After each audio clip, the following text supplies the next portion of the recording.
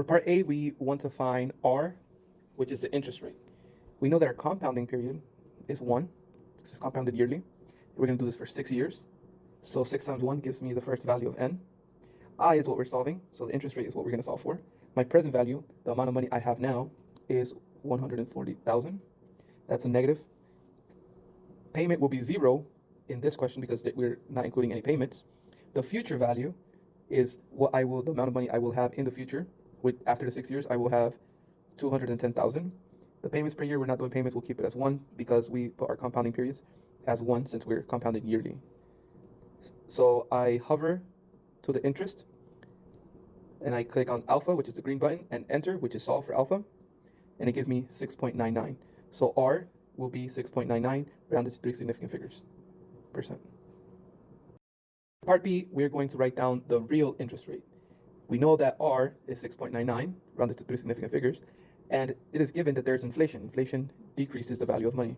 So 2.5% decrease per year. If you subtract this, it gives you 4.49 as the real annual interest rate, 4.49%. And finally, for part C, we want to find the real value after 6 years. So we know our n is going to continue being 6 since it's 6 years times 1 because we're compounding yearly for 6 years. Your interest, is going to be how much the money is depreciating or losing its value because of inflation. So 2.5 is your I. We're solving for a PV. That's what we're going to hover and solve for. Payment is 0, since we're not doing payments in this case. My future value is what is the value of the money in the future. Remember, we said that after 6 years, we're going to have 210,000. My P over Y is payments per year. We're not doing payments. We'll keep it the same as our compounding period, which is going to be 1, since we're compounded yearly.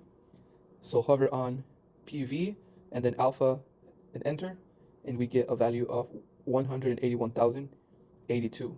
This is the real value of the 210,000. So my answer is 181,002.